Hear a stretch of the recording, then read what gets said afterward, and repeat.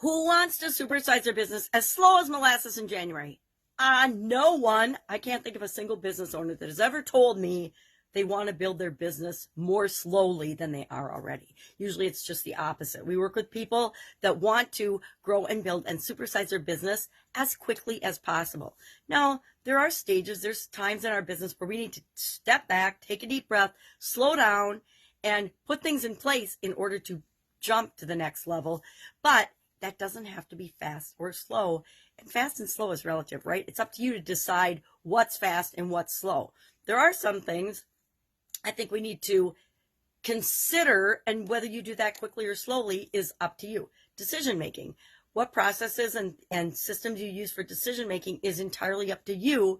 But depending on the types of decisions, sometimes we need to take a step back, do more research, get more information before we make a decision to move forward in different areas and aspects of our business as well as our lives. We want to focus on results, the results we get and the outcomes we get for our business based on the outcome and the results that we get for the people that we serve. We also want to pay attention to how do things make us feel. If something's making us feel stressed out or irritated or negative in any way, we need to ask ourselves, what else is going on here that's causing us to feel that way?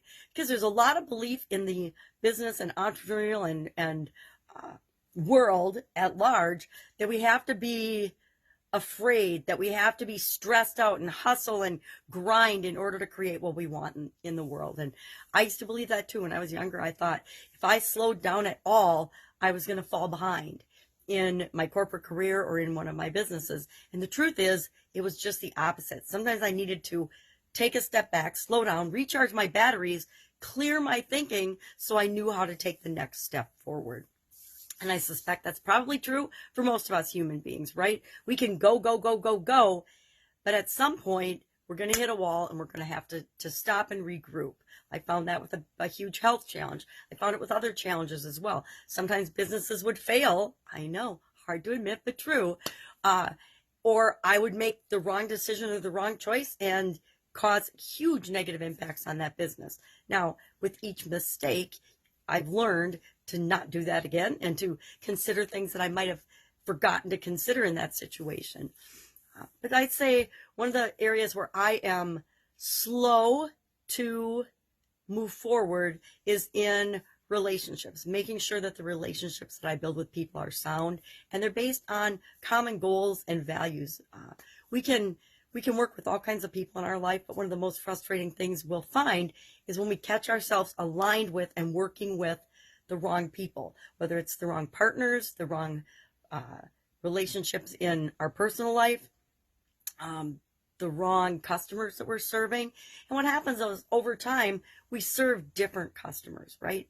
As our business is small and depending on the type of business we have, we'll serve one type of customers. But as we evolve and grow and build our business, we'll serve a different type of customer or higher level of customer in terms of their advancement and their success in a certain area.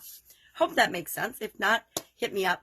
As slow as molasses in January, this is an idiom that I've heard my entire life, maybe because I grew up in Wisconsin and it's darn tootin' cold in January, right? It's really, really cold. Sometimes I don't even want to go outside in January, but I do. So it just means, and the origin of it's unknown, but of course, thanks to Gone with the Wind and Scarlett O'Hara in 1941 telling Prissy that she was as slow as molasses in January, it stuck and took off. And again, I've heard it my entire life, mainly because I had a sister who was really pokey and slow. And so we actually called her the pokey little puppy, which is super funny. Because then now there's a book about that. Might have been before then, but she was always super duper pokey. She did everything at her own pace, right? And now it's really interesting because she's just the opposite. Now she's really fast paced, but as a little girl, she was super duper pokey and just kind of marched to the beat of her own drum, sort of like all of us did in my family. All right, that's our idiom for today, as slow as molasses in January. Love to know if you've heard this one or used this.